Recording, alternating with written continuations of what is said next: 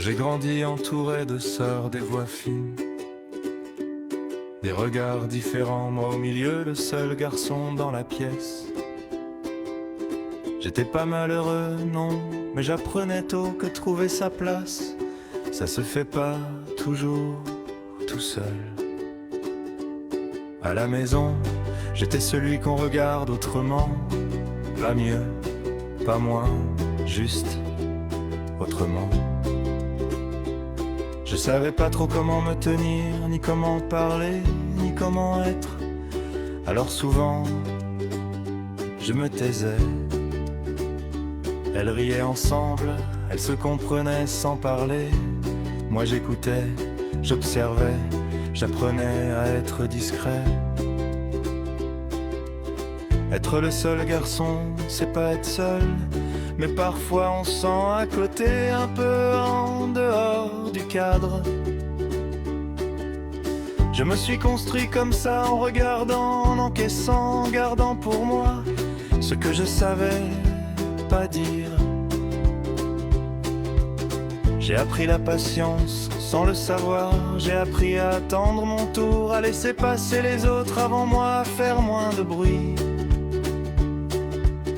Quand papa partait travailler, je le regardais partir silencieux, comme si je comprenais déjà que certaines absences façonnent un homme. Il revenait toujours et ça m'a appris la confiance, la vraie, celle qui se dit pas. Maman, elle était là aussi, différemment, présente, sans être collée. Forte sans la voix, entre elles, entre eux, moi je grandissais, un pied dans l'enfance, un autre déjà dans la réflexion. J'ai compris tôt que j'allais devoir me débrouiller, pas parce qu'on m'abandonnait, mais parce qu'on me faisait confiance. Être le seul garçon, c'est apprendre à se définir soi-même, sans modèle tout fait, sans copie possible, juste avec ce qu'on ressent. Alors j'ai cherché ma place dans les silences, dans les regards, dans ce que je faisais bien et dans ce que je ratais. J'étais pas le plus fort, pas le plus bruyant, mais j'étais là, debout, à ma façon. Avec le temps, j'ai compris que cette place, personne ne pouvait me la donner.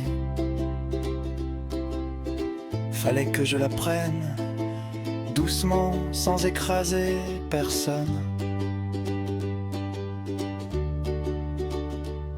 Aujourd'hui encore, il m'arrive de me sentir à part, mais j'ai arrêté de croire que c'était qu'une faiblesse. Parce que grandir entouré de sœurs, ça m'a appris l'écoute, le respect, la retenue. Ça m'a appris qu'un homme n'a pas besoin de crier pour exister. Et si je parle aujourd'hui, c'est parce que ce gamin-là, le seul garçon au milieu des autres, il a fini par comprendre que sa place,